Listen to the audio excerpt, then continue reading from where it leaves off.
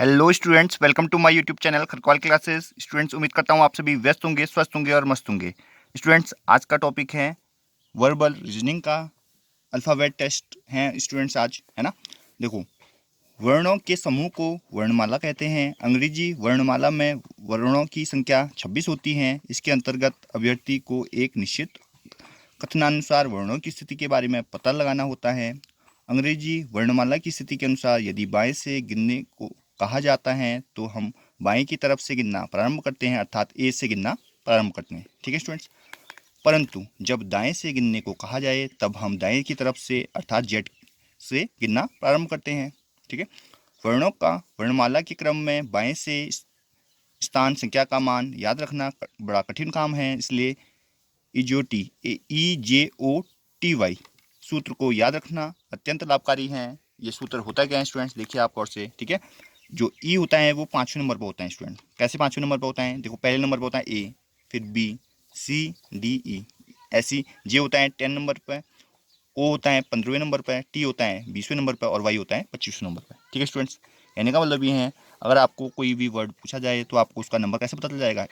EJOT में आप देखेंगे किसके पास में है, वो उसके अकॉर्डिंग आप डिसाइड कर सकते हैं, है ना। अर्थात 22 से वर्णमाला की स्थिति के अनुसार ई 5वें स्थान पर, जे 10वें स्थान पर, ओ 15वें, टी 20वें तथा वाई 25वें स्थान पर स्थित है। अतः इनके बीच वाले वर्णों की संख्या का मान इन निकटवर्ती वर्णों के मानों को जोड़कर या घटाकर हम क्या कर सकते हैं? प्राप्त कर सकते हैं। ठीक है स्टूडेंट्स। और देखिए आगे, जैसे बाएं से 8वां वर्ण कौन सा है? ठीक है स्टूडेंट्स। तो EJOT के अनुसार आप देख सकते हैं कि 8 जो है वो 5 और 10 के निकट है। ठीक है। अब 8 को हम 5+3 भी बोल सकते हैं या 10-2 भी बोल सकते हैं। अगर 5+3 बोलेंगे तो 5वें नंबर पर आपको पता है ई होता है, ई के बाद F, G और H हो गया 8वां। ऐसे ही 10-2 करेंगे तो जे से पहले होता है आई, आई से पहले होता है HIJ होता है ना, तो 8वां बोल सकते हो।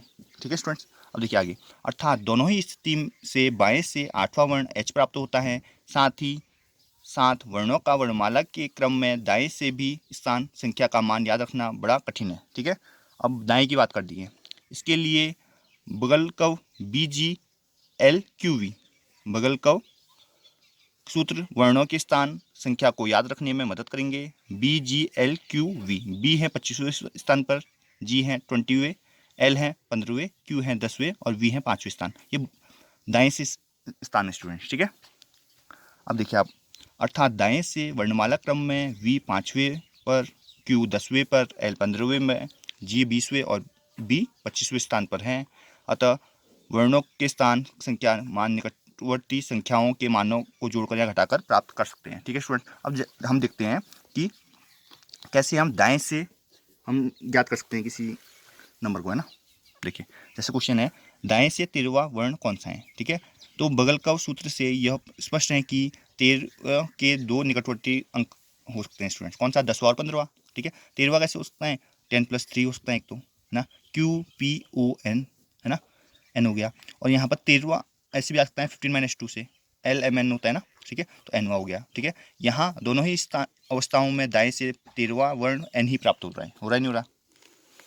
अब देखिए क्या बोल रहा है, दाएं से वर्णों की स्थान संख्या का मान एक अन्य विधि से भी प्राप्त किया जा सकता है। ठीक है। क्या है? देखो, 27 माइनस दाएं से वर्णों की संख्या बराबर बाएं से वर्णों की संख्या। ठीक है स्टूडेंट्स। ये मतलब जैसे हमको पता करना है कि दाएं से 13वां वर्ण कौन सा है। ठीक है। तो दाएं से तो क्या करेंगे हम, 27 में से घटा देंगे 13वां वर्ण। ठीक है। तो क्या आएगा? 14वां वर्ण। 14वां वर्ण कहाँ से आएगा? बाएं से आ जाएगा स्टूडेंट। ठीक है। क्योंकि हमको पता है ना, दाएं से वर्ण जो आएगा प्लस बाएं से वर्ण बराबर, ना, इनका जो प्लस करेंगे तो 27 आता है। ये फॉर्मूला है। ठीक है स्टूडेंट्स। तो ये परिपाटी भी दे दिया आपको, जैसे कि बाएं से 14वां वर्ण EJOT से N होता है। अंग्रेजी वर्णमाला के वर्णों की दिशा परिपाटी के मूल तथ्य हैं। ठीक है। ये मूल अक्षरों के दाईं ओर, मूल अक्षरों के बाईं ओर, ABC वही XYZ। ठीक है स्टूडेंट्स। अर्थात इससे हम क्या कंक्लूजन निकाल सकते हैं? यह परिपाटी यह प्रस्तुत करती हैं कि जो वर्ण बाएं और दाएं स्थित हैं वह किसी वर्ण या दूसरे व्यक्ति जो आपके सामने बैठा है कि बाएं दाएं न होकर विपरीत दिशा में अर्थात दाएं और बाएं स्थित होंगे। ठीक है स्टूडेंट्स। क्लियर है? नहीं है? बाएं को दाएं, दाएं को बाएं कर सकते हैं हम, ऐसा हम बता रहे हैं। ठीक है स्टूडेंट्स। तो स्टूडेंट्स, उम्मीद करता हूँ आपको थोड़ा बहुत हेल्प मिली होगी इस वीडियो से। Thanks for watching students.